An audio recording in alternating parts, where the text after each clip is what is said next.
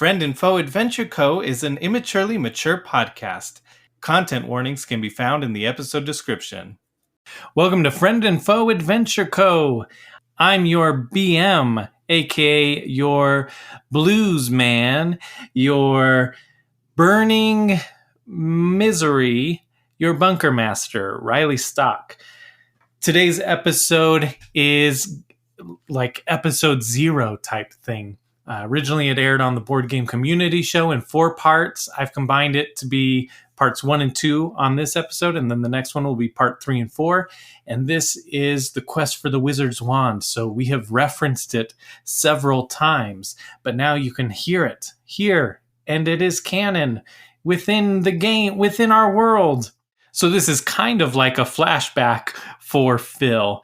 When I pre-ordered the game, I got a demo of the Quest for the Wizard's Wand. It is in the source book, so if you are going to play as a player and you don't want to hear all this stuff, granted, every group is going to play something completely differently. But if you don't want those kind of little spoilers, then don't listen, I suppose. Just skip this one and the next one and then come back in.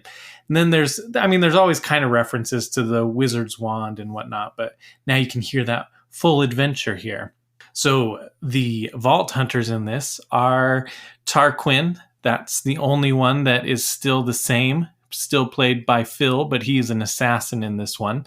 And then Matt, he is not a psycho in this one. He is a gunzerker. I'll let you find out his name in a few minutes. Our siren was Cosmender, and she was played by Elena Sanchez. And Robin Eagle is a commando played by Mark Rowley. This demo was a great way to play the game and learn the game kind of as you went, but it didn't have all of the rules. So as rules light as we are on the other one, this is even more rules light because I misinterpreted and misunderstood some of the rules and then got clarification when I got the source book. So without further ado, take it away, Marcus. So, you want to hear a story? Legend tells of a powerful weapon of arcane origin, lost long ago in the Age of Iridians. Rumors abound that this mystical armament has resurfaced somewhere in Pandora. A friendly tradesperson has chosen a group of Vault Hunters to retrieve it. But once found, will they return the gun for the reward or choose to keep the Wizard's Wand for themselves? We were born up from the dirt.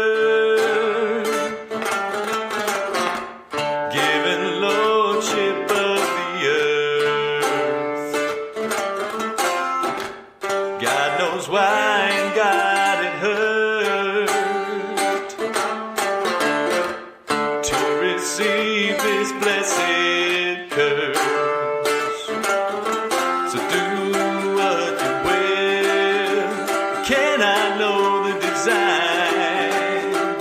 One thing's for sure, we were made to suffer long. You each jolt awake to the gravel-edged screech of an unfortunate spiderling, having met its sudden end beneath the wheel of the mystical chariot, ferrying you and your fellow Vault Hunters to Brimstone, little more than an outpost on the blistered backside of Pandora. Brimstone provides less than the bare minimum to adventurers like yourselves in search of fame, fortune, and a 4-digit kill count. Your ride slows to a stop just outside Brimstone's meager gate. The driver, before exiting the fantasy equivalent of a bus, turns to you and says, "The name's Marcus. If you're looking for work, come find me at Munitions Market. Everyone does sooner or later."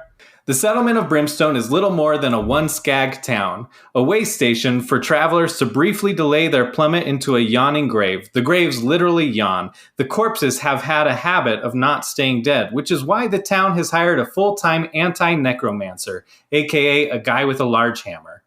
A short walk from the transit stop, a set of steps leads up to a rundown market of sorts, aside from a handful of rundown shacks surrounding it. The market takes up space that could be used for a landfill, or arguably already is. Detritus surrounding the village consists of magical staves and spellbooks that haven't functioned in 100 moons, artifacts that once thrummed with arcane energies, but now thrum with angry rats. Brimstone is little more than a dump for things that once had great potential, but have since been broken down by the ravages of time and entropy. Anyway, that's where you are now. So as you exit the bus and start heading towards the stairs, you're greeted by a little robot on one wheel.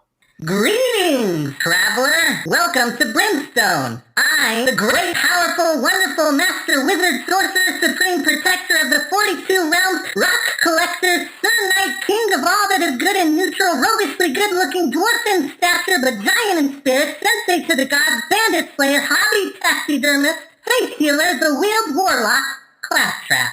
And who might you be? Well, my name is Cosmendo Latiga. I don't really know anything after that, but I'm delighted to find myself here in Brimstone, for some reason. My name's Tarquin Britstone. I'm the deadliest assassin in the entire galaxy. If you need someone often, then I'm the guy to come to. I'm Robin Eagle, Guardian. I'm a veteran, and I don't know why I'm here. Did you get the wrong bus? I might have got on the wrong bus, yeah. But I'm going to have a look around the town. And I don't have a name yet. You can make one up real quick if you want, or you could just be the nameless. Sure. Yeah, I like that. Like, hi, I'm Scott. Okay. Yeah, let's go with Scott. Long live Scott. I think that here, Cosmender named you, realizing that you didn't know your name, so you just went with it. In canon, like that's the canon. You've been named by a stranger on a bus. Just got off a bus. Maybe I seem nice. I seem like somebody who could name people. You never know. That's his surname, Scott off the bus. Okay, Scott off the bus, what do you do? I am a gunzerker. I don't really know what that means. It means that you dual-wield guns! Now that introductions are over, let me take a moment of your time to show you around the place. The enchanted automaton pivots on his wheel, gazing at the sliver of civilization behind him. Well, that's pretty much it. In case you need to get a hold of me for any reason at all, use one of these. Claptrap pulls a wand attached to his side and waves it in a circle. Then, when nothing happens, he reaches into his body and pulls out a handful of flat, rectangular stones, etched with magical symbols. As soon as the Vault Hunters touch them, they emit a quiet hum, but only inside their minds. The hum fades quickly, but now Claptrap speaks directly into their heads. Thanks to the mystic arts of echomancy, these echo stones allow two-way communication over vast distances. Plus, you'll automatically hear episodes of my EchoCast whenever it updates. There's no known spell or incantation to unsubscribe. Now follow me. I'm going to follow. I'm going to head that way. Yes. Before I go, I want to look at some of the piles that are standing around, if there's anything nearby, because we are in a dump, and you can find some treasures in a dump. So I want to see if there's anything interesting. While she's doing that, I'm going to look at her and chant, bin diver, bin diver. Hey, scraps are only scraps until you put them together and make something. So roll search. I have a +3. It gives me a 12. You find tattered books of old spell books, but they've been eaten by rats. So you don't find much. Okay. You do find a good pile of rat feces. Oh, delicious. Okay. All right. So are you still thinking that that's useful scrap that you can make something out of, this big pile of rat crap? Is that? I mean, what? Y'all hungry? Anyway, I guess not. I guess we can just go wherever Claptrap wants us to go. But I'm going to kind of like eye the pile, kind of like I still feel like I missed something. But we can leave it for now. So you follow Claptrap to a set of stairs which lead up to Brimstone. If you need a job, check out the munitions market. I'd take you up myself, but I'm much too busy studying wizardry, so I can't. Me being unable to conduct you there is entirely about my magical schedule, and not that there are a small number of stairs here. I can absolutely go up and down stairs when I choose, but my previously stated obligations preclude me, from doing so at this time. So off you go. See you around. It's okay, buddy. I can go up and downstairs, okay? No, I know you can. I know you can.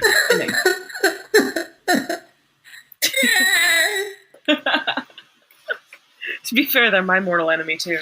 All right, so you reach the top of the stairs. I mean, there's only like 10 of them, so it's not that big of a climb. Oh, I should have made you roll a traverse check to see if you're winded or not. I'm just All right, so you go up the stairs, and it's morning, so the town lights are all off. Most of the town is to the left. Like, you can kind of see a town square with a fountain in it. Directly in front of you is kind of an old rundown building, and then to your right is the only building that's lit up and safe to assume. It looks like a market type place. So there's one building with some lights on it that looks to be open. Well, we'll head towards there, I suppose. And, see what's going on. I've been travelling for a long time. I want food. Can I, as we're walking past, can I do any more like observing, just sort of looking into the shadows, just in case there's something moving? Because you're saying everything looks like it's not really active, but looks could be deceiving. Yeah, go ahead. With my search bonus, I have a 15. Well, as you're walking to the munitions market, to your left, there's a set of stairs that lead up to a guard post that you can kind of see. Well, it's just a small shack, but you see two guys in kind of shoddy armor kind of hitting each other. They don't seem to be like, they're not watching you or being super observant or anything. Okay. That's the only other people that you can see around. Any chance I could sneak past them? Like, are they distracted enough that... They're pretty far away from you. So, like, the munitions market is probably like 15 squares, and they're way further left, up north and up some stairs. So, like, and they're more looking out of town. Okay. So it's a guard's post. So they're more up like on the guard's post then. Yeah. Okay. Gotcha. Okay. So but I'm just saying that's the only other life that you see. And some random rats. All right. Because I was thinking it'd be fun to go up onto the guard post and kind of like get a bird's eye view of what's going on down there. But we can go to the lit up building first. Yeah, whatever you guys want. Yeah, I'm just strolling through town, oblivious. I'm heading straight for the munitions market. All right, yeah, let's just go there. Yeah. Let's stop distracting everybody. Oh my gosh. You enter. And the merchant smiles as you enter. A large, lovingly carved wooden sign behind him reads, "Do not kill me or you will be cursed forever. In addition to running the market and driving the cart, I'm a matchmaker. I broker deals between vault hunters like yourselves and certain clients who want results. Pandora is full of stories. Maybe one of them brought you here. Sometimes they turn out to be true. Have you ever heard of the wizard's wand? Who cares? The manufacturing guilds would pay a pretty fantasy equivalent of a penny to get their hands on such a legendary weapon. In fact, I have it on good authority that 5 of the manufacturers sent representatives to Brimstone, specifically to seek out vault hunters like yourself. Unfortunately, I have it on even better authority that they were all murdered. If you can find their corpses, though, perhaps they still have the offer letters on them. Find the offer letters and you'll be able to decide who's got the juiciest rewards. Or if you don't want to mess with the guilds at all, you could always just sell it to me. I'll give you 1,000 gold minus my finder's fee." Okay. Where were these murdered people? Where were they last seen?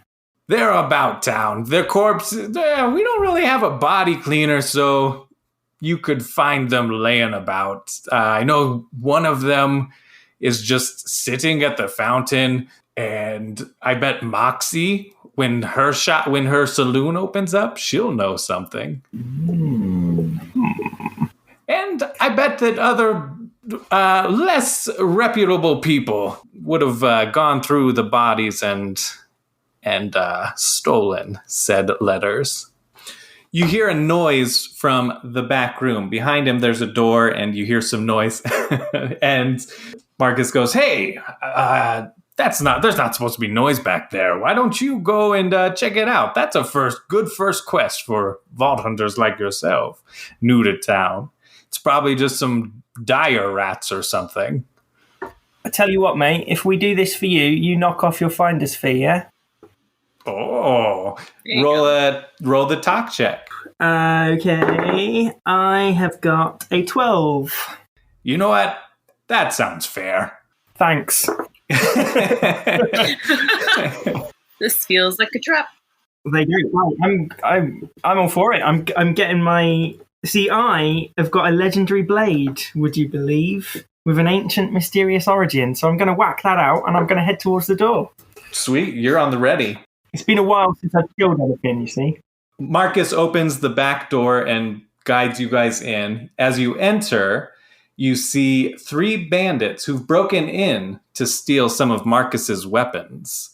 They're all wielding guns, but they don't have magazines in them. They're unloaded, so they're useless. Useless guns. You hear them talking amongst each other. Oh, there's got to be stuff of value here. Marcus refused to give us our refunds. Well, we just want our money. If we steal this stuff, we'll be able to sell it and get our money back. That Marcus cheapskate. So they haven't even noticed you guys walking in. So you guys get a full round of combat before anything happens. I have an ability called Phase Lock. It says, Siren locks an enemy in a sphere of energy, preventing the enemy from taking actions for 2 turns. If an enemy cannot be phase locked, they instead take 3d6 cryo damage. Yeah, Cosmender's got a real good opening move right there. So about 3 squares in front of you, there is a bandit that is in front of a crate of weapons. And then to kind of dead center, there's a crate of weapons that's probably about 5 squares in front of you. And there's a bandit on each side. So one is in cover behind the crate. He's just standing there, though. He doesn't see you, but he's just kind of trying to go through the crate or open the crate at this point.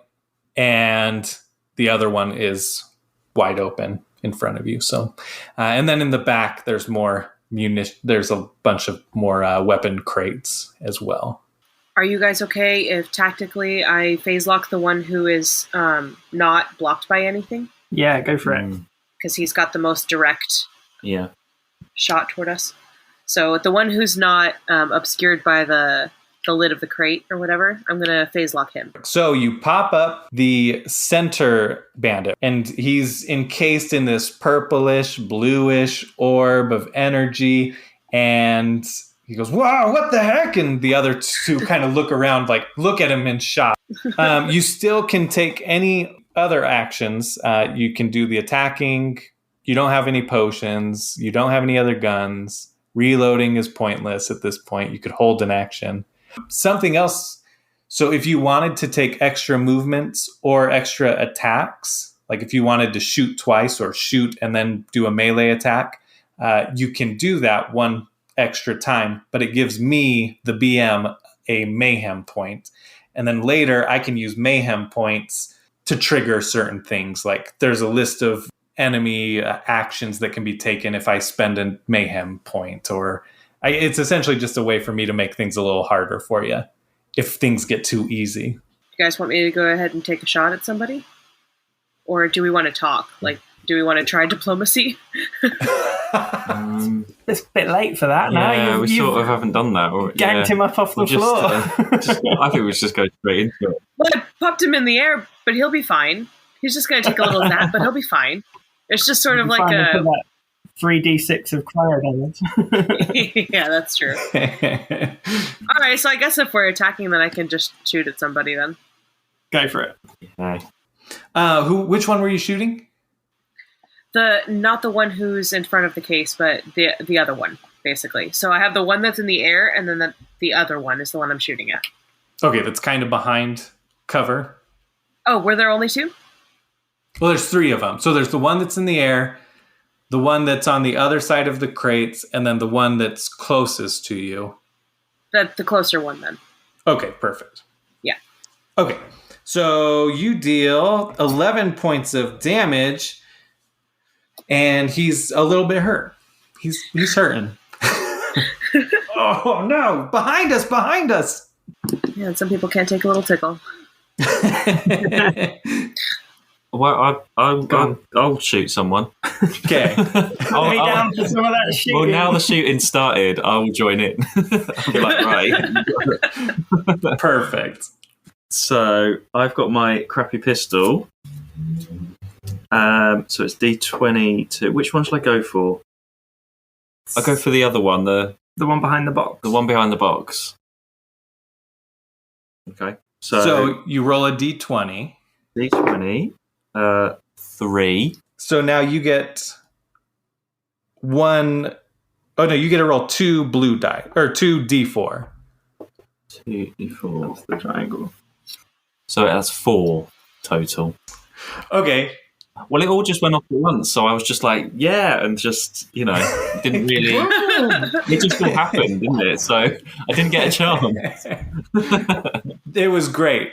So your gun actually has splash damage, too. So you shoot the guy closest to you. It hurts him a little bit. He's like, oh, gosh. And because it's a little bit explosive, it does 1 damage to the guy who's popped up, who's phase-locked as well. Oh, yes. Okay. Screw that guy. Okay, so hang on. We've got the dude in the air. We've got the closest dude who's wounded. And we've got the dude behind the box. Yep. Are we, proper, just trying to just kill them all? Or are we just sort of injuring them and then going to interrogate them? I'd be okay with injuring them. I was going to go for let's just kill him, because then Marcus will ditch his finder's fee, and that works out well for all of us, right? Okay. Plus, I'm an assassin. I don't care about killing people. Just kill them. It's true. What is human life? May I, because I've got this sword, and I think we're in an enclosed room, so that's probably not the best sniper rifle firing territory, I would like to jump up onto the box that the guy is behind, and I would like to twat him in the face. So roll a traverse check, since you're going to be jumping on a box. Oh no, I've got a -1 for that. A 1. I got a 1. As you run to jump onto this crate that's at waist high, you don't quite make it. Your foot lands half on it. You slip, fall face first onto the crate, and take 1 damage. Gutted. Did you say how long you've been an assassin for? My first day on the job. Cool. Is that my go over now? Have I disgraced myself in front of... You could spend an extra action to get up, but that'll give me a mayhem point. Nah, I think I'm just gonna lie on the floor, holding my ankle a bit, and be fighting fit for next time. Okay. Hey, you're laying in a good position, all right? Like you've got the guy to your left, 2 guys to your right, totally ready. With any luck, the bandit didn't see me. So I was like, what was that? Oh, yeah. Cool. The guy that's popped up next to you just kind of looks like he laughs a little bit. He gives a little chuckle like, what? Well, one of my traits is parkour, so I'm going to jump over the box. That feels like...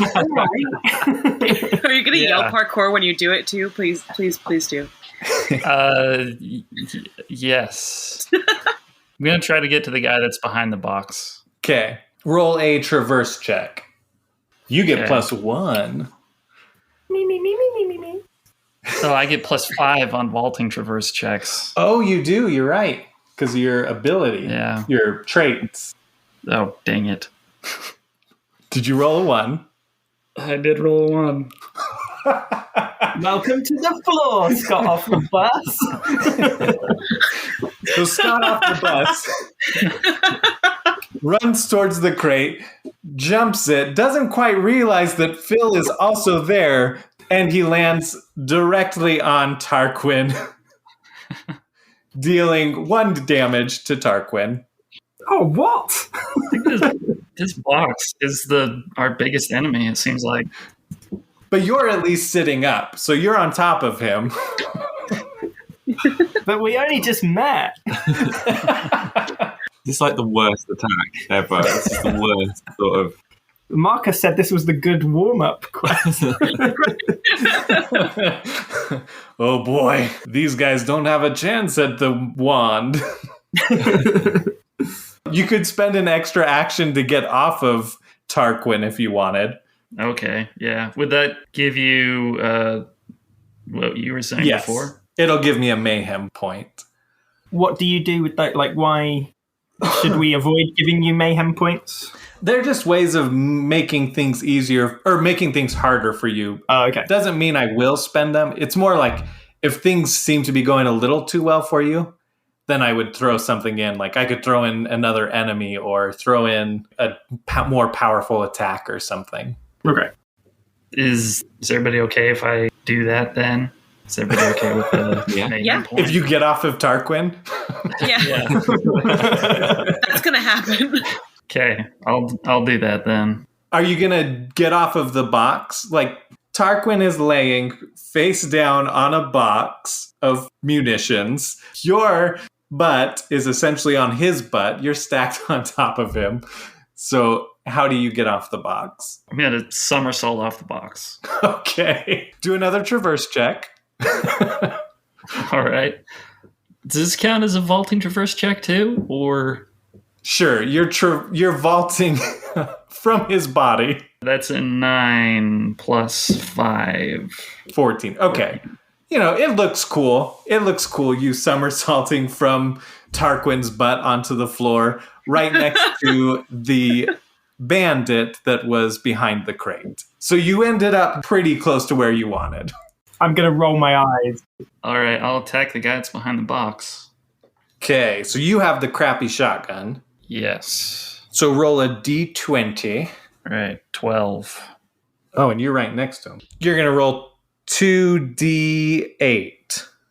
Okay, 5 and 3. So 8, and then you get plus 2 damage because you're standing right next to him. 10 damage.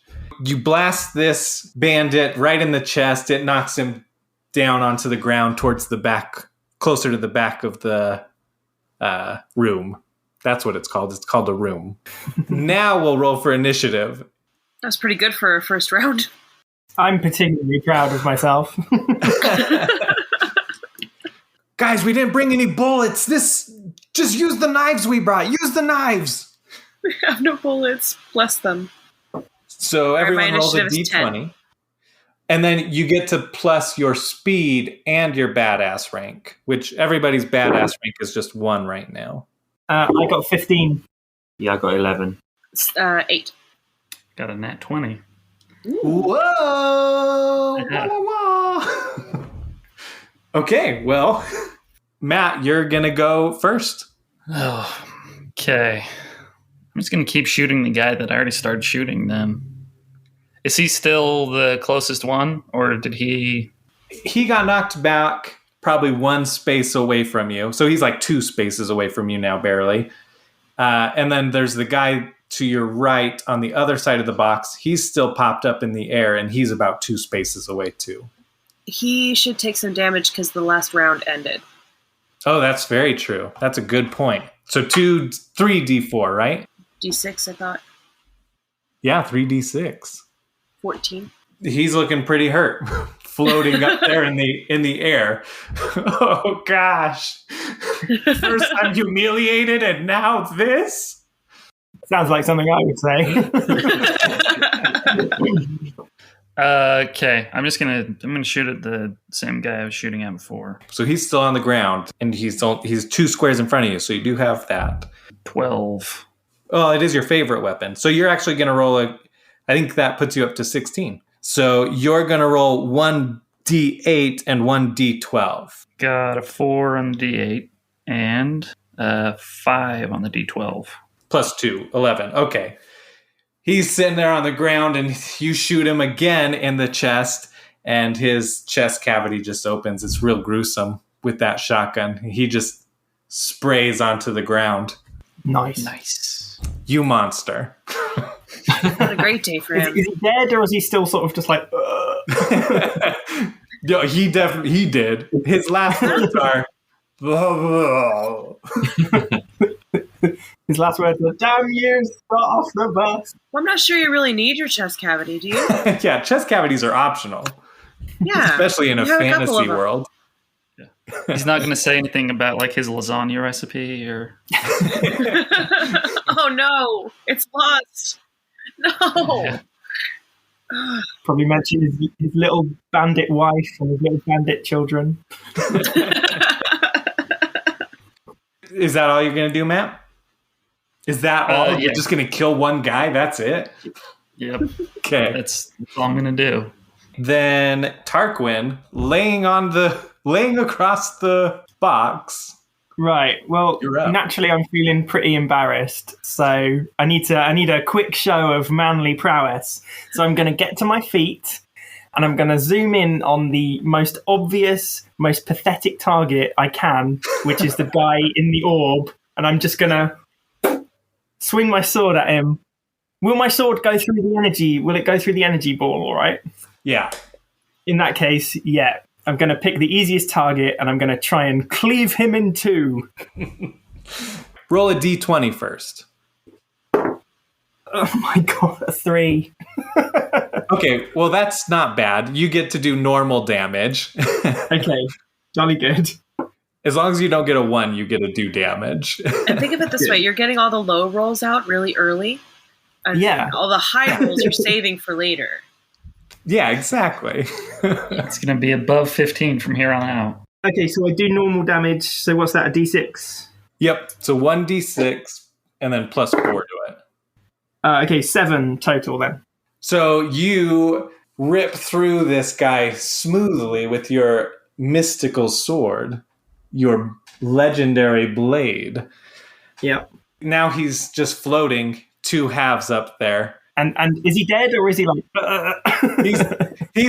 He's bleeding out real quick, and he's just crying. He's like, I just wanted a refund. Nice. And I'm just gonna look around at the other 3 guys and be like, look, I'm not completely useless. I have contributed now. I think that's your move and your attack. Yeah, I'll be standing on that box just like, hey. Hey, I just chopped this dude in half.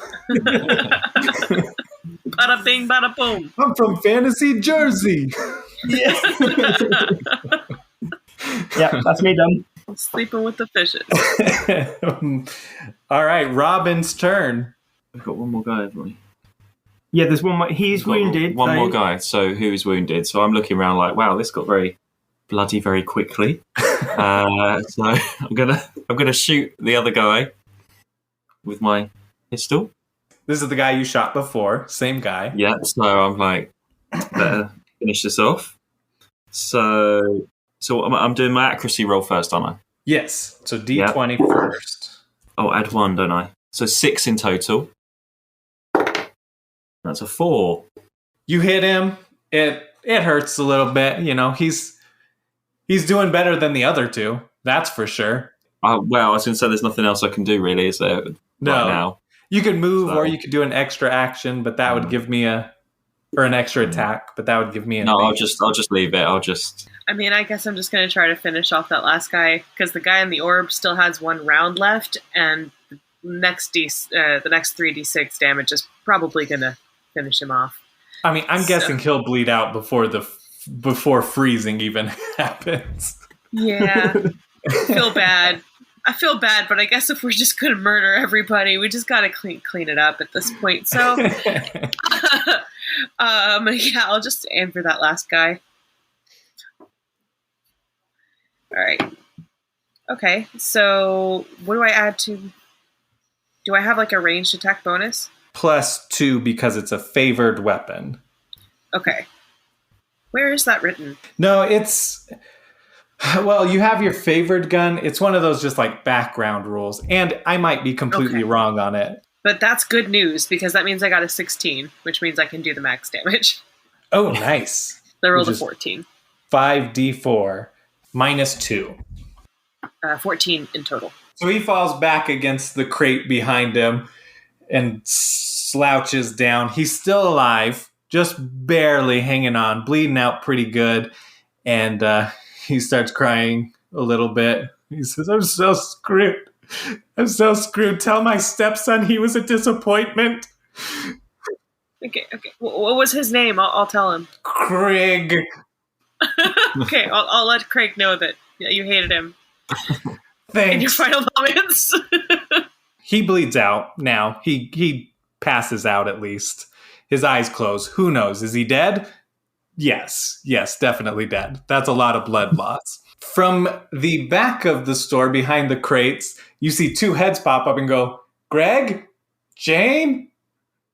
Tom? Oh gosh, we just wanted refunds. And they're pretty ticked off. So they're going to shoot. Oh no, they're going to throw some knives at you. Two hidden guys. Who knew? Surprise goon. One's targeting Tarquin, one's targeting Scott off the bus. Scott off the bus. I feel like I have to say his first and last name. Yeah, I think so too. Could also just call me Mr. Off the Bus. Mr. Off the Bus. The first one is targeting Tarquin, and he deals 8 damage. Oh. So when you take damage, we didn't go over this. First, you take your shield damage. So like you have health and shields. Okay. So I think you're minus 10, so you're sitting at 5 shields now. So they still haven't even gotten to your health. You're doing pretty good. Okay, so I'm on 16 health and 5 shields. Oh, I feel a lot less embarrassed now. Right? Not too bad. And your shields will regenerate.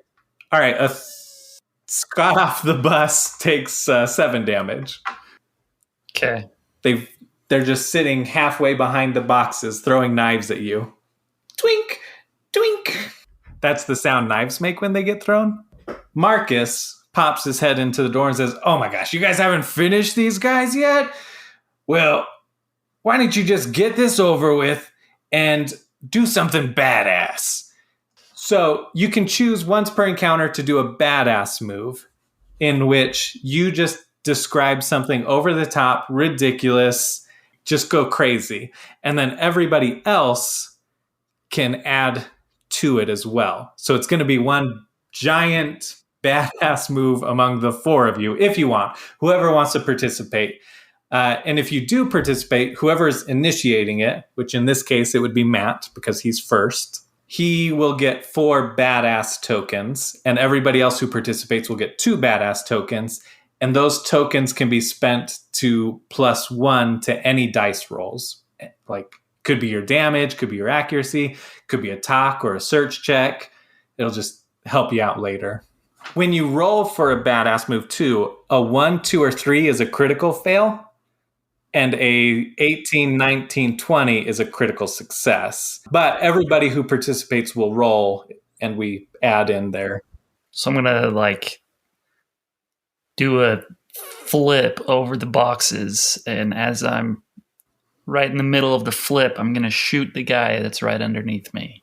Ooh, that is as badass. I flip over the top of him. Tarquin, do you want to participate? Yeah. So at the crucial moment, I'm going to throw my sword so that Scott's bullet gets cut in 2 and pings 1 into each hidden bandit. Badass, yes. And then I'm going to do this. Hey!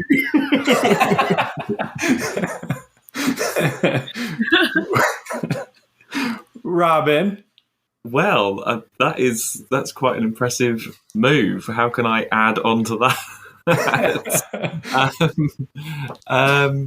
What can I do? Why don't you do a distracting dance so the bandits aren't expecting Tarquin and Scott's amazing Sure. Okay. I will dance. I will move towards them in a dancey way.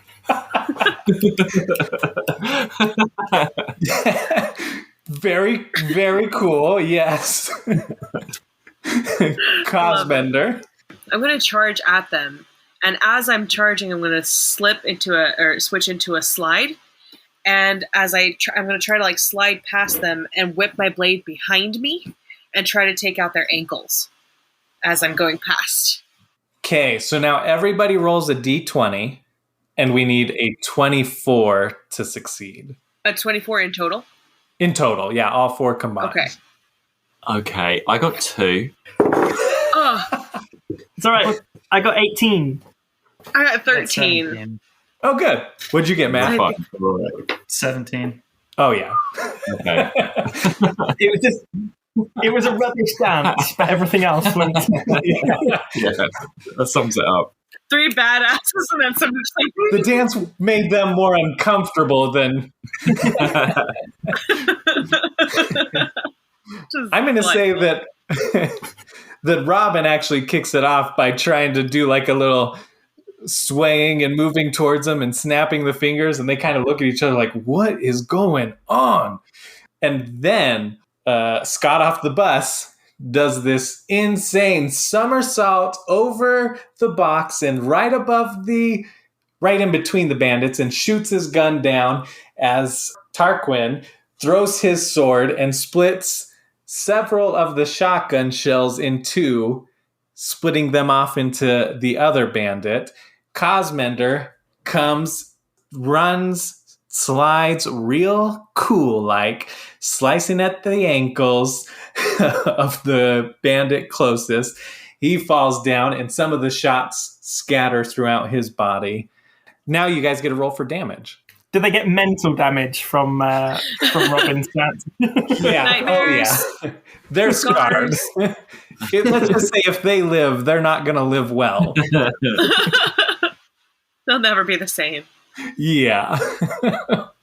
So Tarquin, Scott off the bus, and Cosmender are rolling. Cosmender will roll her melee damage. I rolled a 4 plus my modifier is 1, so it's 5 times 2, 10 damage. 10 damage. Perfect. And he's down on the ground as bullets spray into him, which I'm going to have, let's say, Phil roll one D8 and one D12, because you're splitting off of his bullet. A total of 11. Nice. The one that is now falling to the ground takes 11 more damage. He chokes and is just, oh my gosh. Oh, tell my wife and kids that they're great. The opposite of the guy that wanted you to tell Craig that he's a disappointment. Craig knows what he did. It's fine. Yeah. Scott off the bus, go ahead and roll your D8 and D12. It's a 5 for my D8 and an 8 for my D12, so 13. Plus 2 as well, because it's 15 damage. So this other guy raining down from above him into his shoulders, into his skull. He's pretty messed up. He collapses on the ground. Oh my goodness, that was good. So now everyone add to the right of their badass rank, you can write in 2 badass tokens, except for Scott off the bus gets 4 because he's the initiator. The guy laying on the ground, I know it's not his turn technically, but he's crying. He goes, I didn't want to have to do this. And he reaches into his bloody jacket pocket and pulls out a switch and clicks it. Red lights start emitting from everybody's body. The 2 body halves that are in the air, the orb goes away. The 2 pieces of Greg fall onto the ground as they're flashing red. And boom. You guys are dead.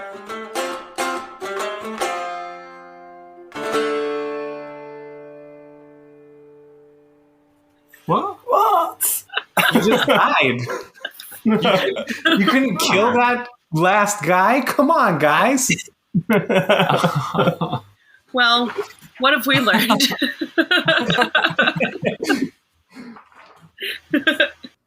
Everything goes white for you guys.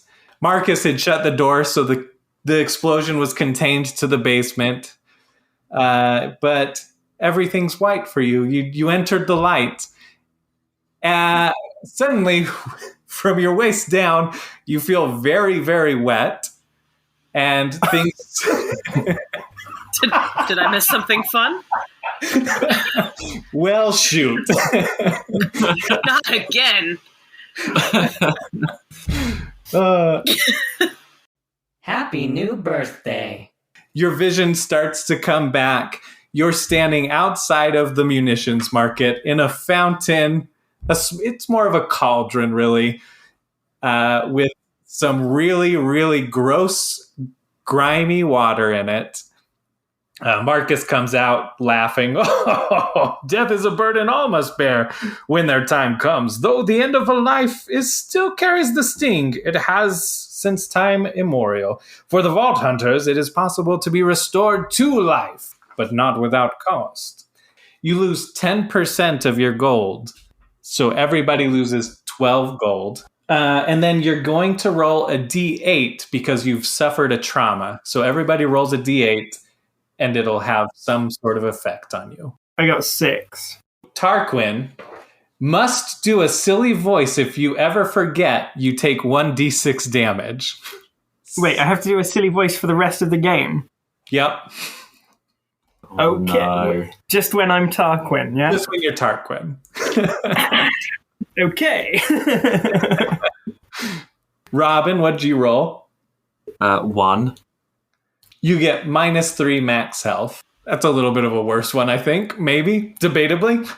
I would pick that one over the funny voice. Yeah. I've got away lightly. Cosmender? 4.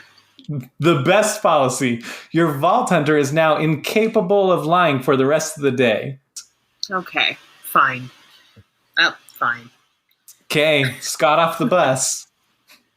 Got a 2. This is my favorite one. Oh, I'm so glad somebody got it. Catch a phrase.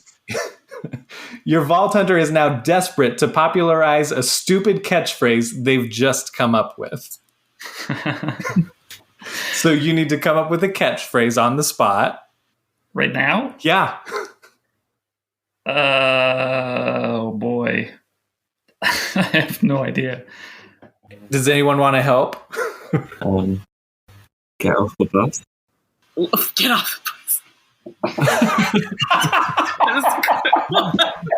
Like, yeah, I was going to say like action movie type stuff. That is so good, though. Oh my gosh. That is so good. Scott off the bus. Do you want to try and popularize Get Off the Bus? Yeah. Yeah, that's a good one. So as you guys, I assume you're getting out of the cauldron. There's no towels. I'm sorry. You're just wet from waist down until you dry off, I guess. Countless stories of bunkers, vaults, and other buried treasures provide ample distraction for wanderers of Pandora. One good lead can cut through the unfounded tall tales. South of here is the mountain range known as Satan's Gumline.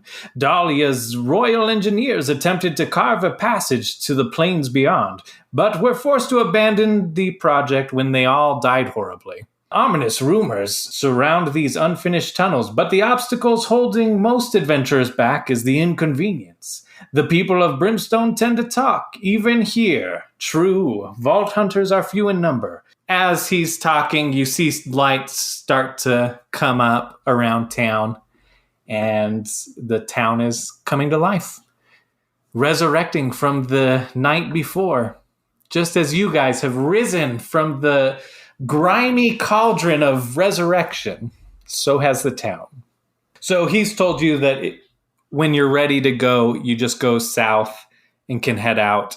But there's also the letters, which will give you other options, maybe. Like there's guilds that are seeking the wizard's wand as well.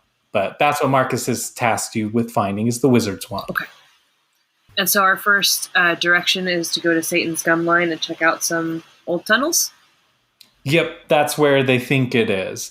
But there's also letters in town. The letters are in town. So if you wanted to look for alternative offers, you can do that. Totally up to you. Well, we have to go talk to Moxie. Of course. Yeah. Now that we've resurrected, are my shields back up to max, or? Yeah. And outside of combat, your shields will automatically come back to max. Oh, okay. All right. So, is there anything that we can, like, is there anything I can observe in the room here, or not really? Nothing. Oh, so you're actually outside now. So you're just outside of the munitions market. Okay. So we're observing the town coming awake. Yep. Didn't Marcus say that one of the dead bodies was by the fountain? He did. So we should be able to see that because we're by the fountain now, aren't we? Yeah. Let's investigate that body then. Yeah, let's go. Let's go pick over the corpse. All right. As the Vault Hunters step through the town square, they see a corpse of a muscly, mustachioed man in the central fountain. Can we search him? You don't even need to roll because immediately when you look, you see that his body is trapped with a grenade. So if you want to disarm the grenade, you'll need to do an interact. Well, you've got quite good. I get +3 on that one. I'll do it then. Yeah, let's have you do it. It must be something worth protecting if it's trapped with a grenade. Oh, 20. So 23. You disarm that grenade like a badass. I mean, it is disarmed. I literally just stare at it hard enough and it turns off. Yeah. You're like, hey, you. In fact, behave. The body repositions as you do it, and you see the muscly dead man's hand go up and give you a thumbs up. That's how good you disarmed that grenade. Dead man high five. So everybody gains a grenade mod. So now you get a Torg Merv grenade. You'll get 3 grenades total. And then damage, it does 1d4. When you throw it, it's going to split into 3 grenades, each dealing 1d4 damage to adjacent targets. And it can be used to collapse caves, bunkers, or underground areas if enough are used in unison. After you've disarmed it and his thumb goes up, his mouth opens, and there's one of those square stones in his mouth, like the ones that Claptrap used to communicate in your head. But this one's got a little different pattern. It's an echo log, so it records messages. It plays, "Ah, crap, if you're hearing this, I'm probably dead. My tummy hurts something fierce. I think I got food poison from that mobile skag kebab salesman, or it's that other thing I ate. But don't worry about that. I lived a good life full of explosions, makeouts, and post-makeout cuddling. If you're a badass vault hunter who wants to help our Lord Torg, just search my body for the offer letter. Hint, you may have to get nasty." Okay. Well, you've got Tarquin's got a sword. Can you slice him open? Ooh. I'm guessing that's what we need to do. He did say he ate something else. Yes, I'll use my sword to cut him open. I'm gonna autopsy him. Yeah, you cut him open. You gross person. Inside the blood and guts, you find a chest with a letter inside it. And it reads, "If you're reading this, the clock is ticking. Last thing anybody needs is another legendary wand effing up the meta. Once you're sure you found the bunker with the wizard's wand in it, I will pay you to blow it the hell up using one of these grenades. Lord Torg, postscript. Seriously, the clock is ticking. Ow, ow, ow." So you found one of the 5 letters so far. But what was he offering as a reward? Yeah, the salvage of whatever wreckage comes from it. Just salvage. And Marcus was going to pay us 1,000 monies. Yes. You're in the fountain. Across from you is Moxie's Saloon, which looks all fancy with neon lights. Fantasy equivalent of neon lights, at least. Neon staffs? Or maybe they have little fairies trapped in the tubes. Oh, there we go. I like that. They're fairies, yes. I liked the trapped fairies. That's good. I like that. Yeah, that's canon now.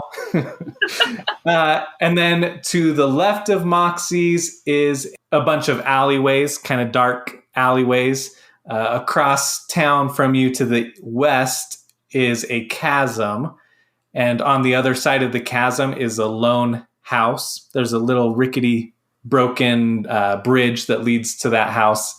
And then behind you is a building that's shaped like a butt. Well, I mean, I vote for butt building. Is it a sex shop? Does it sell fruit? Like, where are we going? I'm curious. I want to know. I don't know if you want that fruit. Maybe we're misinterpreting the building and it's not actually a butt. It's in fact a peach. You're just a bad architect. How sure are we that it's a butt? It looks like a butt. It's suspiciously butt-like? Okay. Yeah, like, and the entrance is like dead center in the crack. I actually completely forgot the descriptions of the other buildings. What are our other options? So trapped fairy neon lights for Moxie's Moxie's Saloon. Or it's called Moxie's Grog. There's a bunch of dark alleyways to the left of that. Across the way is a chasm with a rickety bridge that leads to a lone house. And then butt building. What are our options? We've got try and find more letters, talk to Moxie, or go to Satan's scum line. Yes. To get the wizard's wand. So, I mean, I reckon more dead bodies will be hidden in the dark alleyways and in all the... That's what I was thinking. bits. If you were going to kill someone, you'd drag them off into the shadows, right? Yeah. Can we split up? Is that a sensible choice? We can. If you want to do like info gathering and then meet back at the fountain or something like that. Because we should all go to Satan's scum line together, but if we split up and explore the town separately... Yeah. Yeah, I think that'd be fine. That could be something. Maybe let's not go into the alleyways alone. I mean, you've already called dibs on the butt building. I think I'll be safe in butt building, honestly. I think Moxie's and butt building will both be fine, but it's like the house, the lone house, and the alleyways that I'm like, nope, take a buddy. There's also the guard tower that you guys saw earlier to the north side of town.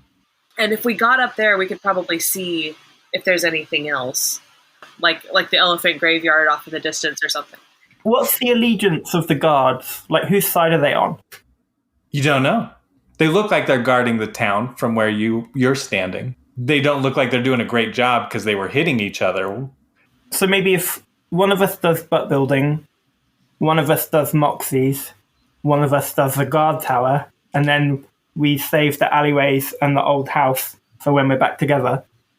This voice is really taxing me. I know. This is actually really hard. How's that for a plan? Yeah.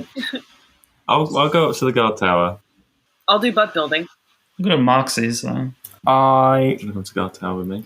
I'll come to... No, you go to the guard tower, but I'll cover you with my sniper rifle from a distance, just in case things get bad. That's smart. Okay. Okay, let's see. The Moxie's is the closest. So Scott off the bus is going to get off the bus and go to Moxie's. I like this, splitting the party. This will be fun. Makes me nervous, but yeah, it could work. You're in town. What's the worst that could happen? Within the warm, boozy confines of Moxie's Tavern, you notice the clientele consists mainly of smelly, passed-out alcoholics who neglected to leave the bar the night before. Moxie stands behind the bar, a large, let's say a well-endowed, reeking of sexuality. She got big barmaid titties. Yes, exactly. She looks bored until you show up. She immediately perks up and indicates for you to take a seat at the bar.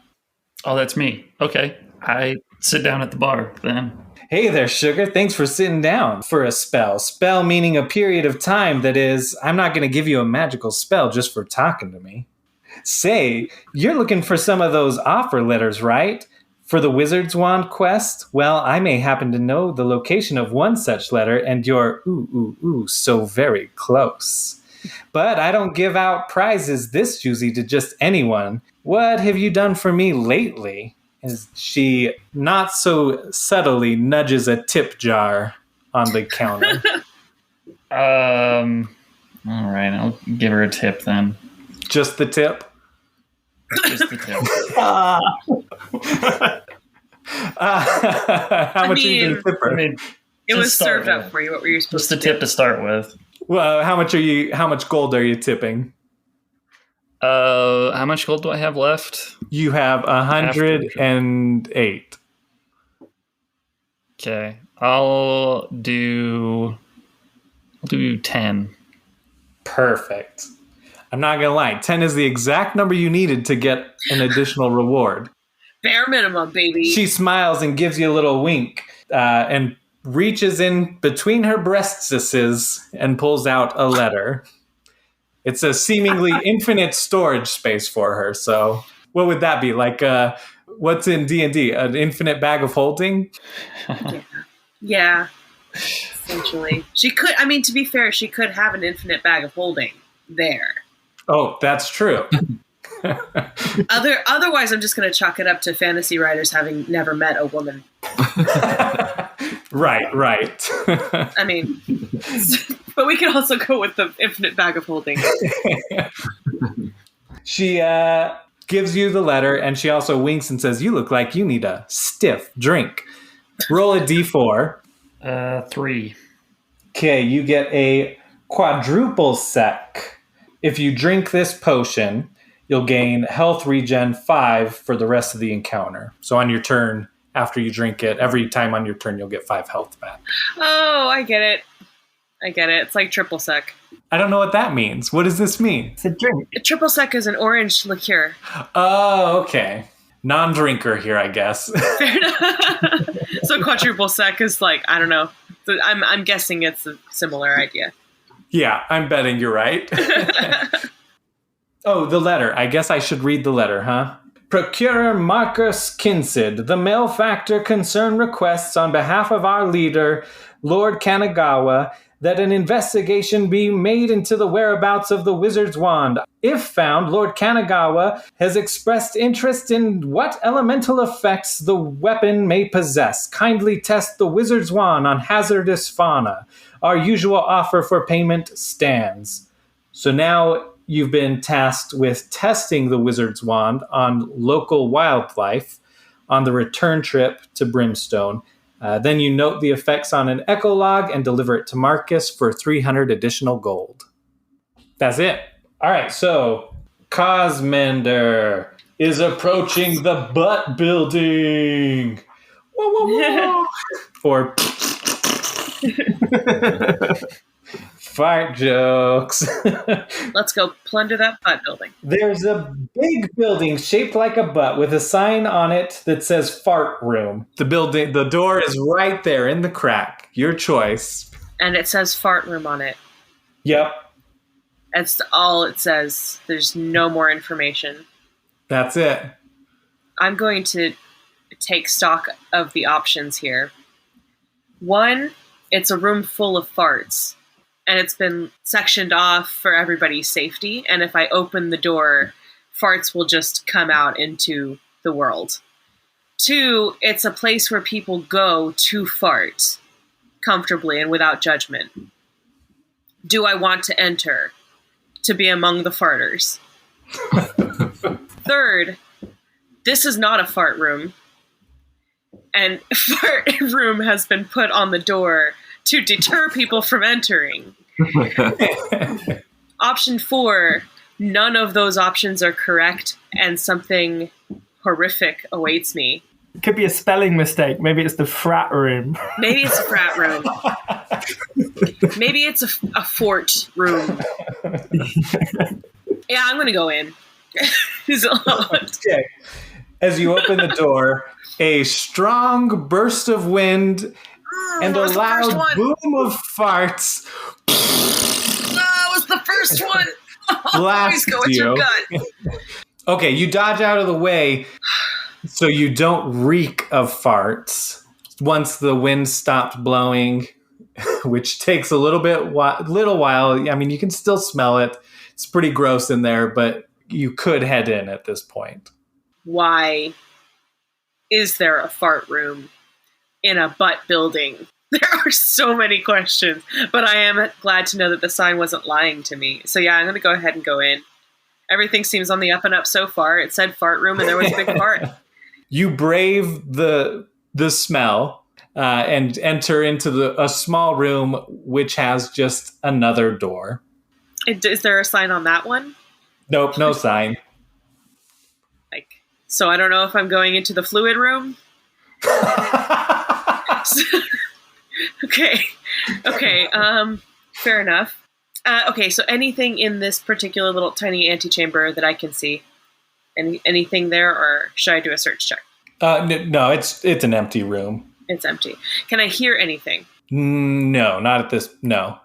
This is a dangerous question. The nature of the fart, is it like, did it come from an herbivore or a carnivore? Actually, why don't you go ahead and do an insight check? 16. Oh, that's good. It smells like a human fart. With your vast experience of human farts. That's human. And you can also tell that it's stronger towards the door. So possibly more farts. No, I think that was a trap. I think that was a fake out. I think they were just trying to guard people. So yeah, I'm gonna go through into the next one. She can't remember her backstory, but she's got an expert knowledge of fart. Yeah, no, I know this. Don't ask me how. It was a long 6 months. Okay. Okay, so you open the door, an even stronger blast of wind. No. Roll another traverse check. 6. You get off to the side just a little bit, but you're starting to smell a little bit. It's reeking. It's sticking to your clothing.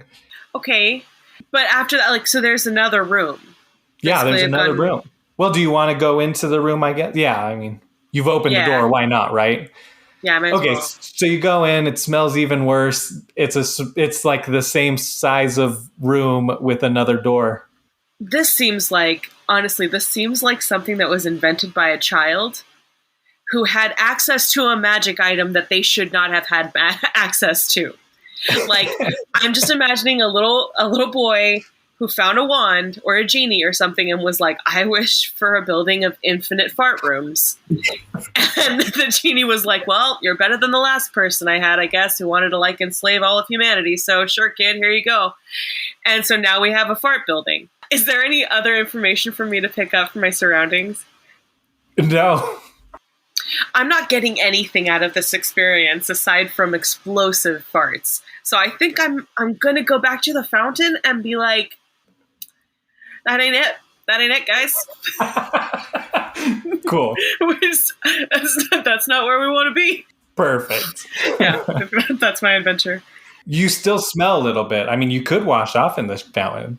I might take a little dip.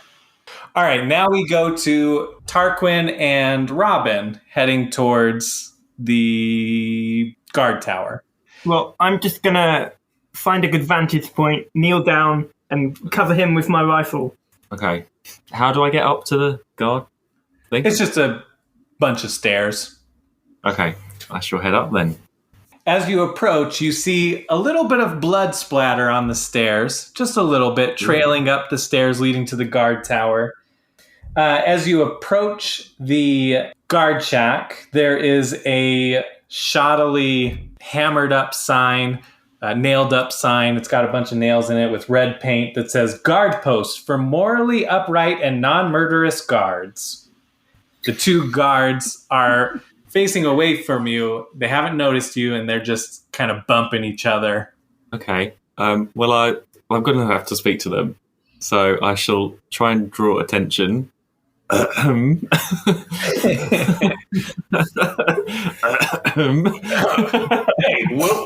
what are you doing here? This isn't a place for someone like you. I just wanted to come up here. I'm a guardian, and I've been in the military, so I thought I would come up and have a chat. What's going on up here? Oh, you're in the military, huh? So what? You got some nice guns or something? Well, sort of ex-military, so I don't have anything at the moment. I'm sure you've got something, and ex-military means you probably weren't very good, so I'm going to have to kindly ask you to hand on over whatever you got. Well, I don't have anything at the moment. This is a mugging.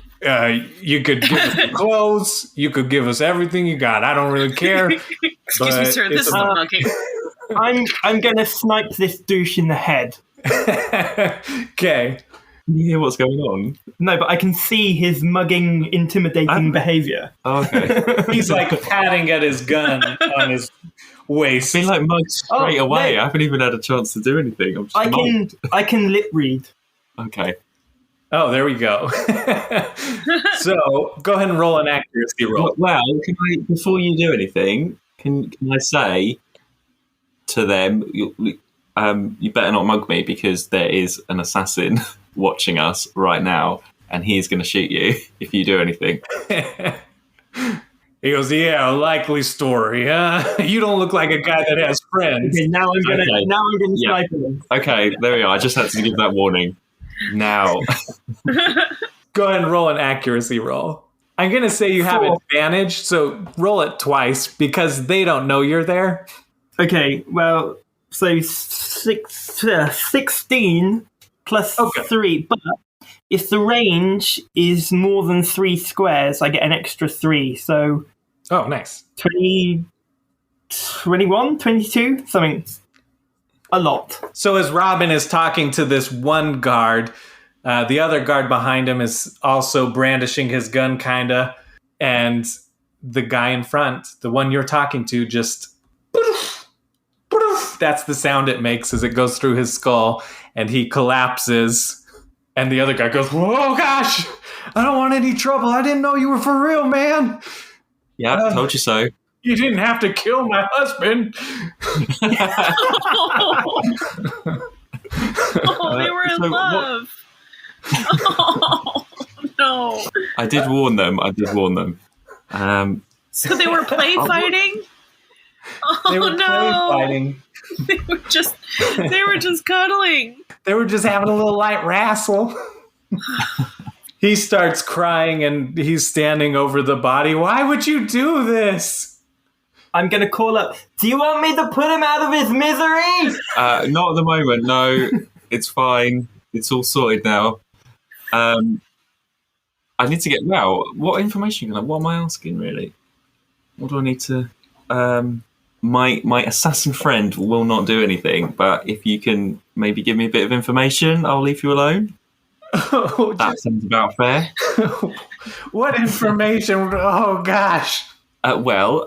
Like, you've obviously been here a while. You're up here guarding stuff. Do you know anything about the wizard's wand, or, you know? Oh, but, okay, well, all right. You know what? Here's this letter. We mugged another guy. I don't think life's worth living. Will you just have your friend put me out of my misery? I can't live without my life partner. Already there. What? Hang on. Well, give me the letter first. Dark. He reaches into his husband's body, pulls out the letter from his pocket, and hands it to you. He says, now just have your friend, just end it. Okay, I will take the letter and I will leave you here. Are you walking away from him? Yeah, I've just grabbed the letter and I'm just walking away now. So he shouts down, he says, you can shoot now! Towards Okay, you. I shoot. No! I'm going to shoot him. No, because then they can be reunited. Oh. Roll an accuracy. 14 total. Okay. You clip him. It's not as clean of a shot, but it's like near his heart. He's going to bleed. He's screaming, oh gosh, it hurts, but I'll be with you soon, Blake. Blake is definitely your name, and I didn't make it up. You always had a name, and you're a real person. I'll be with you soon. And you can just hear the crying as you walk away, Robin. Another successful day.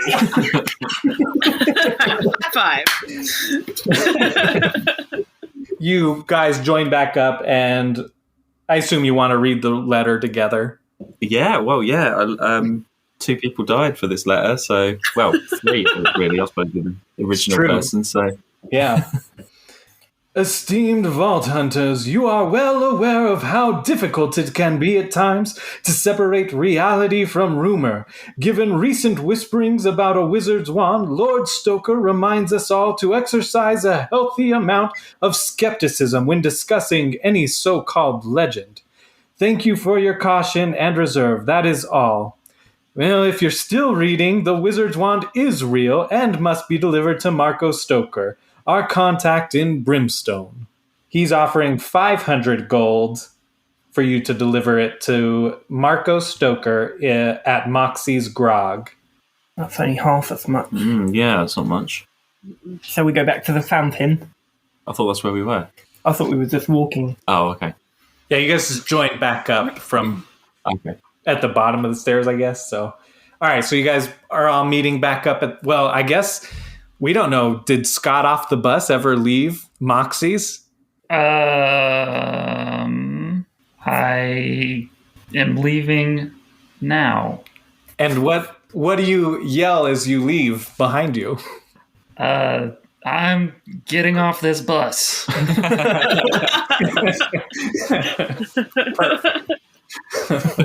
I forgot you had a catchphrase. You need to use that a lot more. We were talking to Moxie like, no, I don't want to get off the bus, but... Yeah, I yell that, and then I look around at everybody in the tavern like, yeah? Seeking approval. Yeah. Am I right? You know what? I'm gonna... Oh, I rolled a 20. Everyone is like in awe and like nudging their friends like, did you hear what he said? Get off the bus? I'm getting off this bus? Oh gosh, I'm so hyped to use that when I get home. That was a critical success. You know that for a fact that everyone in that bar is going to be spreading your catchphrase far and wide. That's fantastic. All right, you all approach the fountain. Cosmender is a little bit wet, as if she's been in the fountain, and maybe just a very small hint of a fart is on her still, but it's mostly gone. Party. Just if you get a little too close. I do feel bad that I'm the only one who didn't bring back a letter, though. I kind of want to go back, unfortunately, and be like, I'll dive into the third fart room for you guys if I have to. So you've got 2 letters left and 3 locations to search. So Yeah. what's that? Abandoned house at the end of a... The house at the end of the bridge, Yeah. the dark alleyways, Oh, the alleyways, yeah. and the fart building. Okay. We could go deeper Fart. into the fart butt. I think it needs to be done. We might have to get to the end of it. If there is an end of it. Well, I mean, shall we all tackle it together? Well, Or we could just, I mean, no I feel need. bad. I can go back and just try to do the rest of it myself.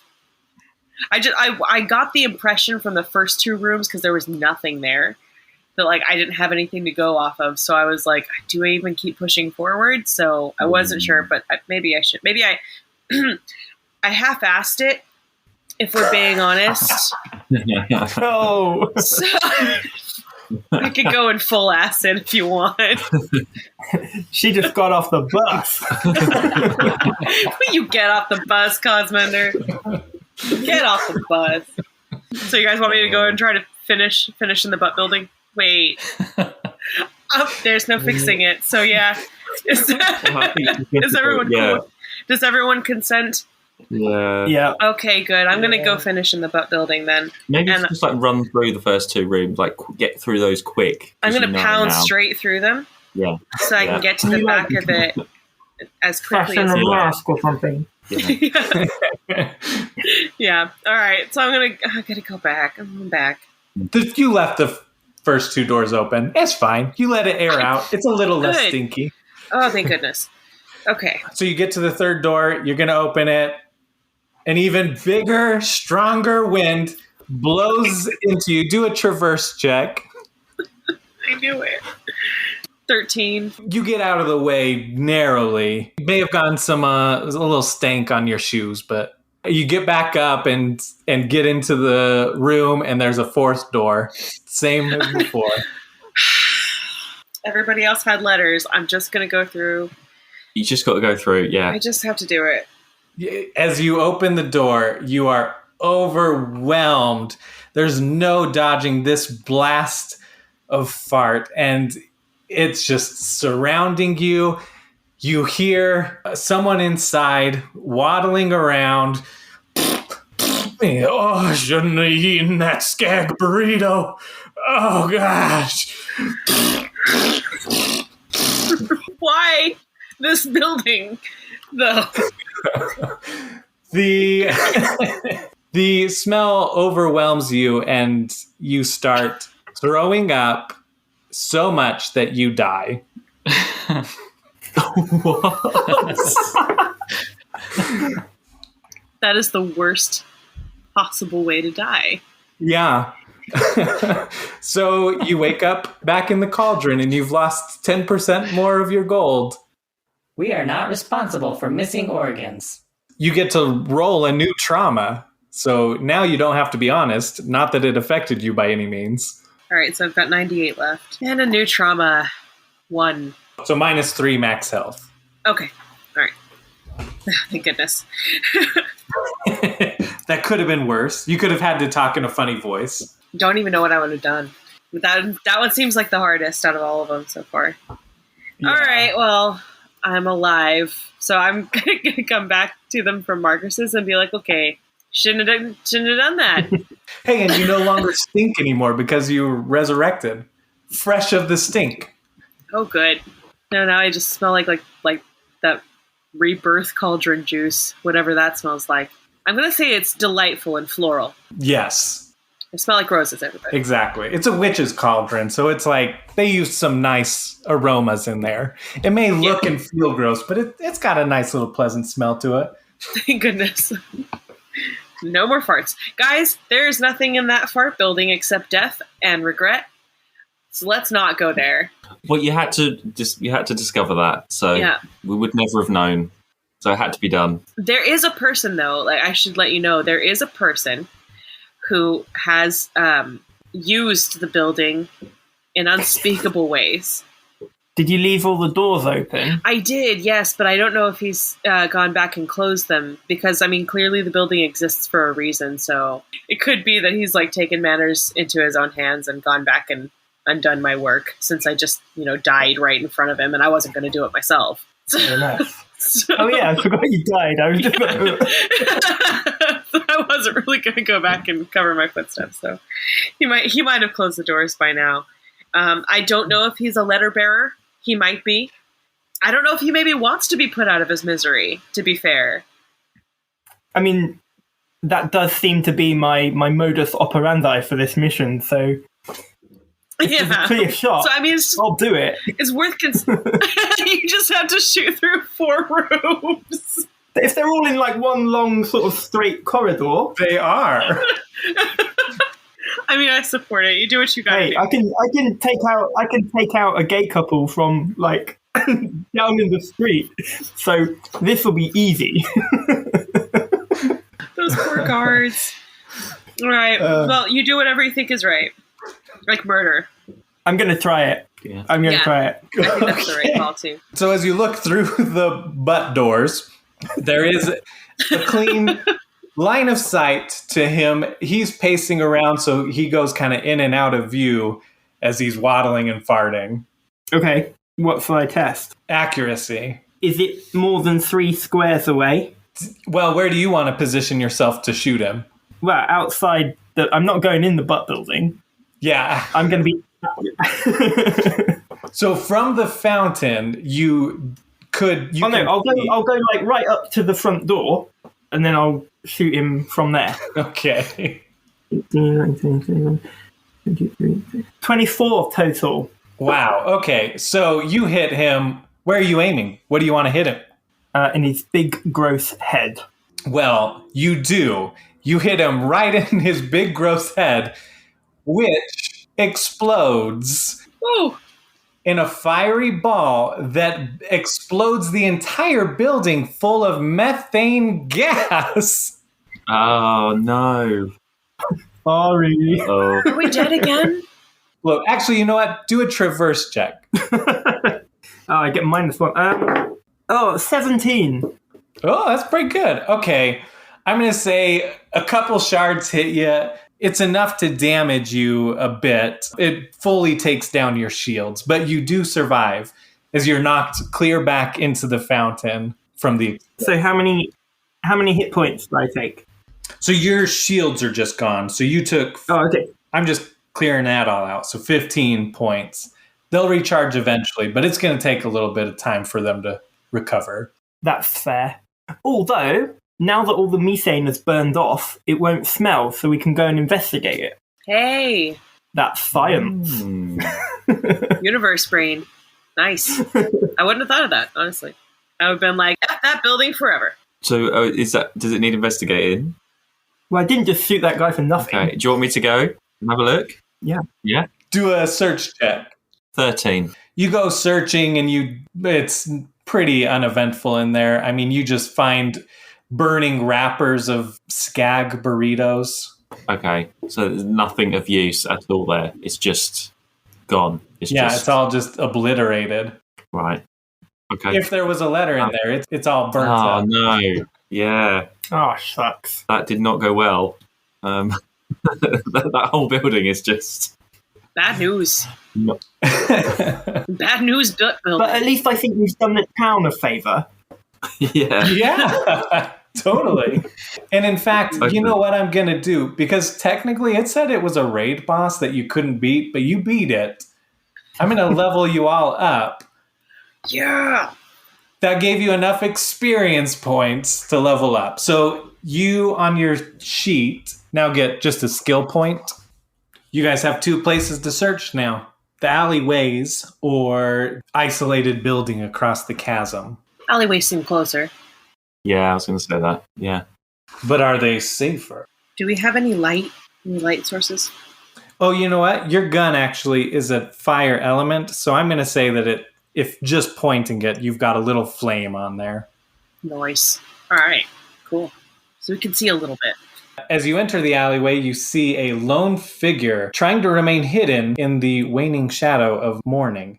They duck into a side section between 2 buildings. Should we try and call out to them and see if they're a threat? Or shall I just snipe I wouldn't them? shoot them immediately. It hasn't really worked out very well so far.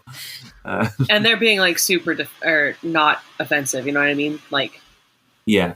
They don't seem to want to fight. Well, I defer to you then. Well, yeah, just call out to them, I suppose. You don't hear any callbacks. So can I say, we're not going to hurt you, we're just looking for some information? You don't hear a call back, but you don't know if they've run away further. Okay. All right. So you guys want to go in that direction then? Well, we'll sort of follow the direction that they went and maybe call out again. I've got gold. As you round the corner, you see a figure standing in a cloak. It's a dead end, so it's kind of looking at left and right, kind of looking for an escape, but there's no escape. It's a dead end. You've got it cornered. There's nowhere to run, so you might as well just tell us what we want to know. It turns around, revealing that it's 3 tiny bandits stacked on top of each other. One's wearing a rogue's hood, one's wearing a wizard hat, and one's wearing a knight's helm. And they've got a letter in their hand. Are they related to any of the ones we've previously killed? Is one of them Craig? Because if so, we've got a message for you. I'm Craig. The rogue one, isn't it? Yes, the rogue one is Craig. What do you want? Your stepdad said that you are a disappointment. Oh. I found this letter and I was going to impress him. I was finally going to get his approval. Well, you can give us the letter. We'll approve of you. You can have our approval. No, I can still make my dad proud, or my stepdad proud. I call him Dad. He doesn't like when I call him Dad, though. He always reminds me I'm stepdad. He's my stepdad. Craig, would you like to see your stepfather again? Are you threatening me? Just a question. Of course, I love my stepdaddy. Sniper rifle now? Well, Is it time to maybe kill just give Craig? him one more. Maybe just give him one more chance. You'll never find the letter. They pass the letter back and forth between the three of them, going up Okay. and down, up and down. Can I shoot the bottom one in the Wait. legs? Maybe just like maybe a warning shot. Warning shot. Yeah, maybe a warning shot. Just show we're serious. I'm going to fire off to the side, off to the left. Okay, they fall off of each other and start scrambling. Oh my gosh, we don't want no trouble. I just want to see my dad again. Okay, well, hand us the letter and we can help. There's nowhere else to go. So. Actually, roll a talk check. 13. Okay, all right, I'll give it to you. And the one wearing the night helm grabs it, hands it to Krieg, who's in the rogue's hood, and then he walks up, hands it to you. Okay, well, we're gonna go now. Okay, bye. Bye. Stay in Bye, school. guys. This will be such a cool story to tell my stepdad. All right, the letter reads, Vault Hunter, I'm no stupid. I'm sticking with it. I messed up saying it, but I'm sticking with it, okay? I'm no stupid, and you're about to become less stupid. If you've taken a contract from Marcus of Brimstone to find the Wizard's Wand, you're being duped. This crooked merchant, once again, has accepted multiple contracts from factions, each with their own designs on this legendary weapon. I refuse to let him play one side against the other. If you accept this contract, locate the Wizard's Wand and use it to kill Marcus. You must kill him with the Wizard's Wand. I'll be informed via my network once the job is completed correctly. Pandora and its future will be brighter for it. In confidence, Lord Blake of Hyperius. I like this guy the best so far. Yeah, I think that's the best option. We still got one more We've got to the find. other one, though, haven't we? It's got the house.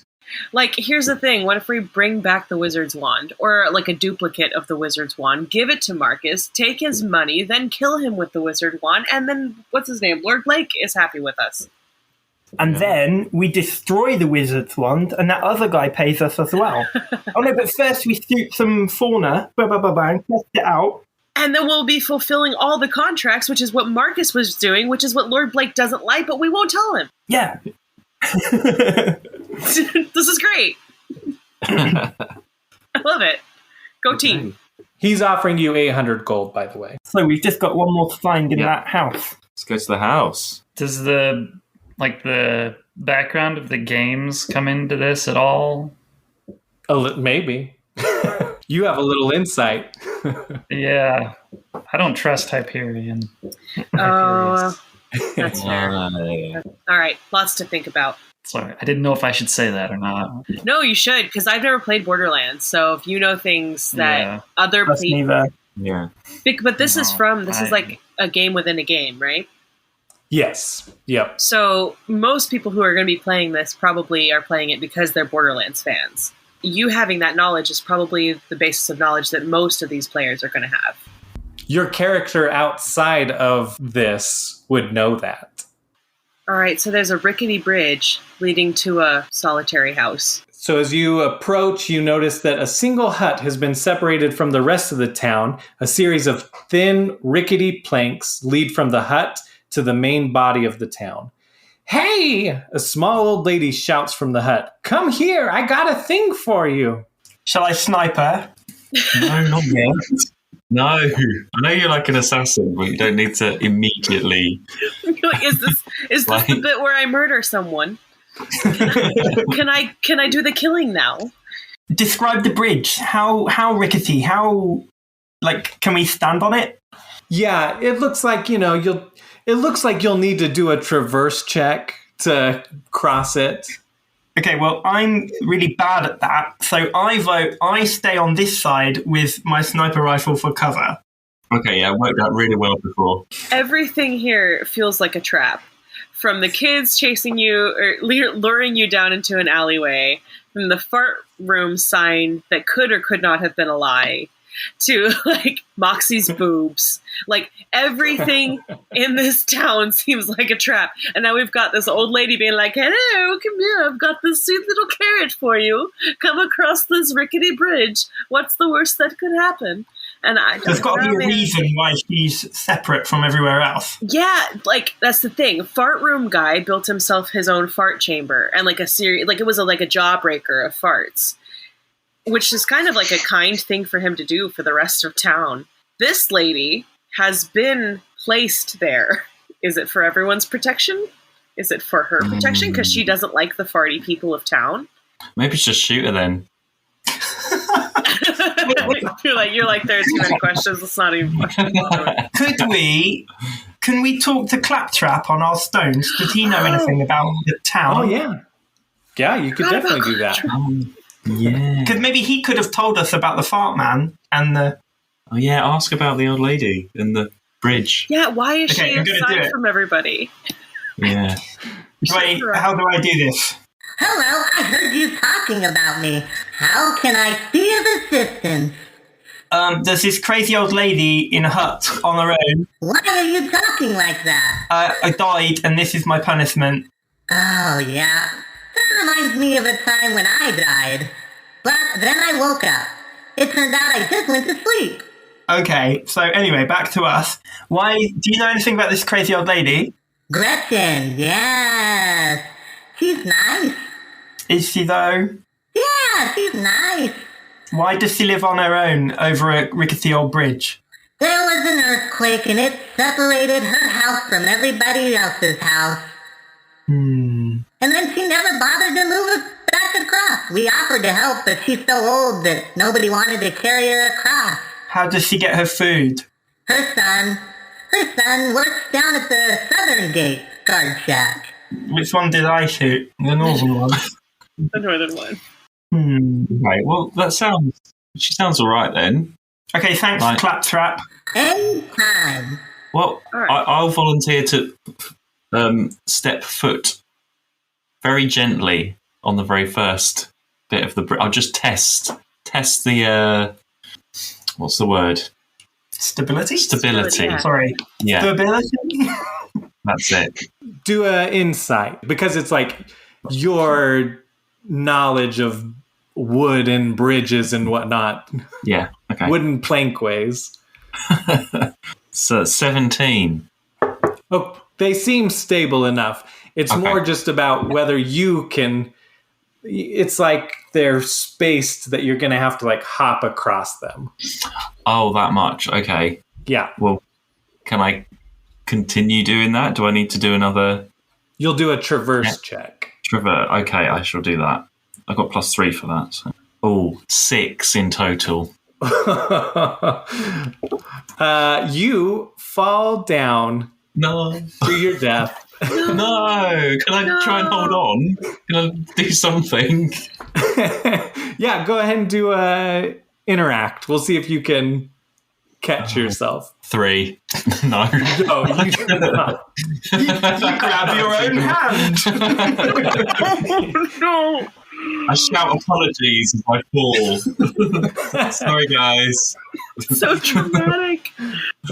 She goes, goodness. woo, I was hoping one of you would fall over. Most excitement I've had all week. He'll be fine. I know he'll respawn. It's fine. This lady's a ghoul.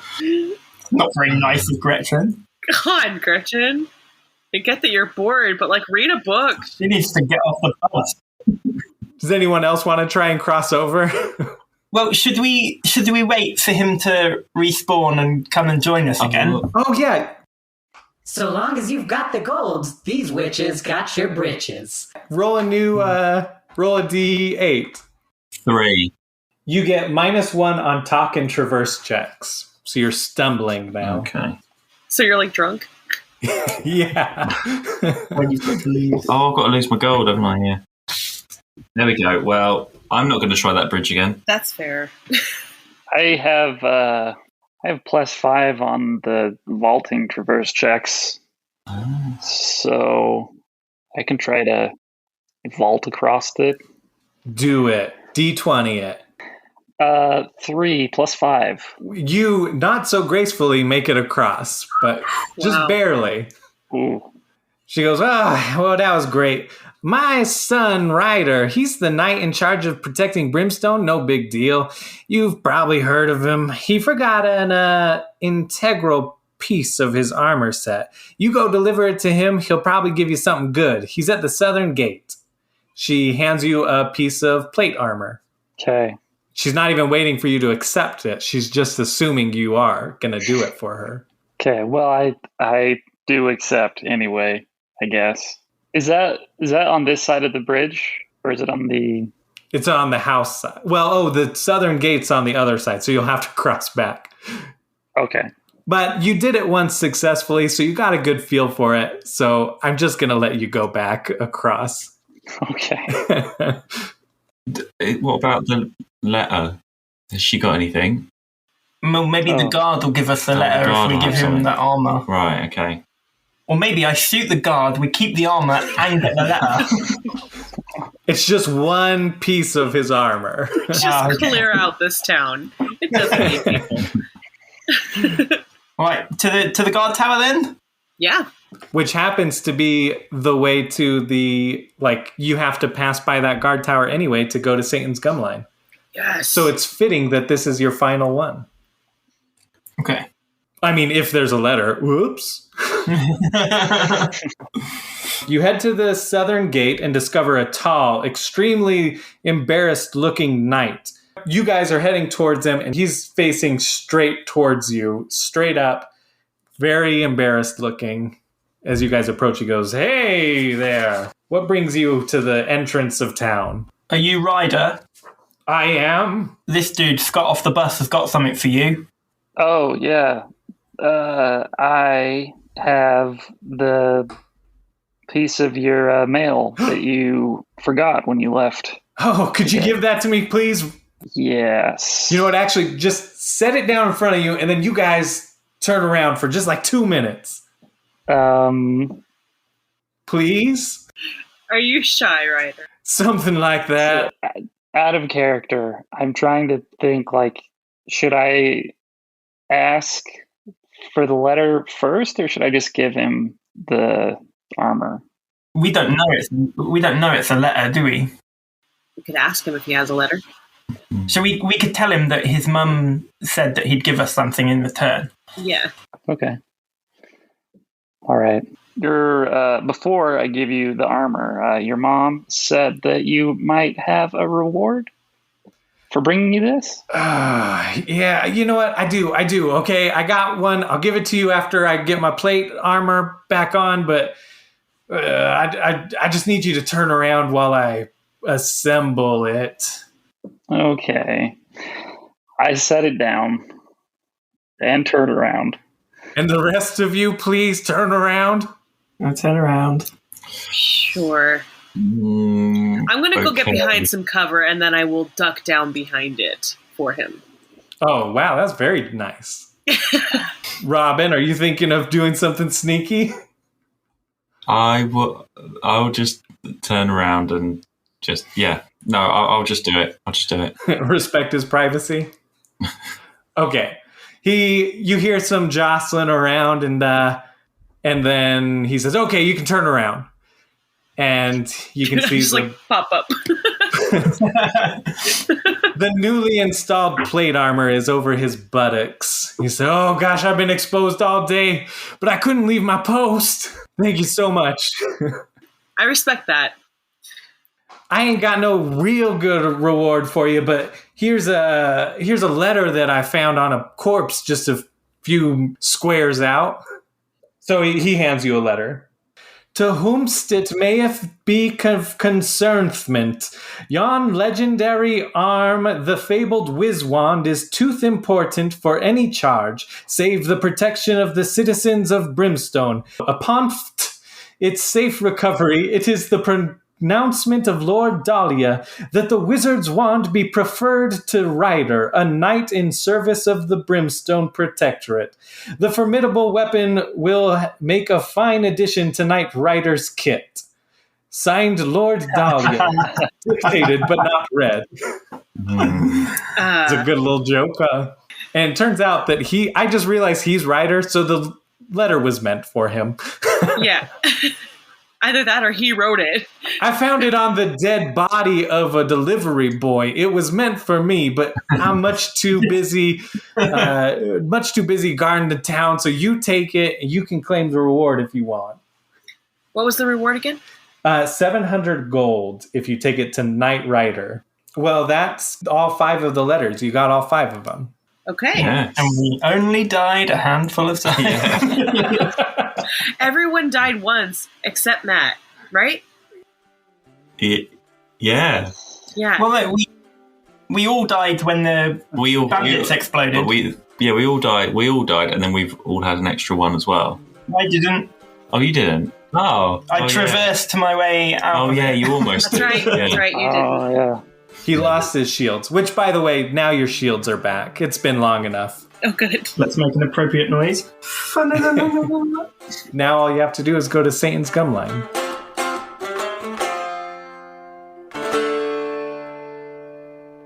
Thank you so much for listening to Friend and Foe Adventure Co. Follow us on our social medias at FF Adventure Co. We're on Facebook, Twitter, Instagram. Twitter is the most active. In fact, soon the Vault Hunters will be able to shop semi-regularly. So anytime you want, you can send us an item or a weapon that you think would be fun for them to be able to see and maybe shop for. You don't even need to do stats or anything like that. You can just send in a description like, I want a potion that you spill on an inanimate object, and it brings it to life so that it can tell you its life story and what it has beheld. And then I will figure out how to make it work in the game. Or I want a gun that shoots random potions. That's great too. Just send in your ideas.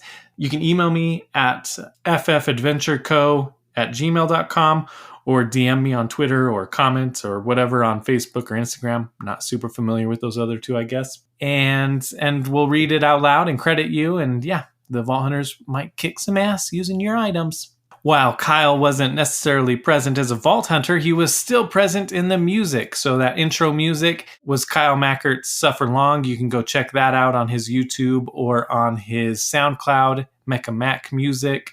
If you want to start your own adventures, you can go to nerdvanagames.com and you can buy your very own sourcebook. I got the deluxe edition, which I think is well worth it. It comes with miniatures. I love to paint miniatures. It also comes with an awesome BM screen so that nobody can see you BMing. It's great. It's wonderful. You should check that out. But even so, just the source book is great and more affordable, and you'll be able to run your own adventures, create characters, and have so much fun playing this game that we love so much. Tune in next time for the exciting conclusion, parts 3 and 4 of The Wizard's Wand. If you are enjoying the adventure, it would mean the world to us if you went to Apple Podcasts and rated and reviewed the podcast. That helps it get seen by a lot more people and spread it out.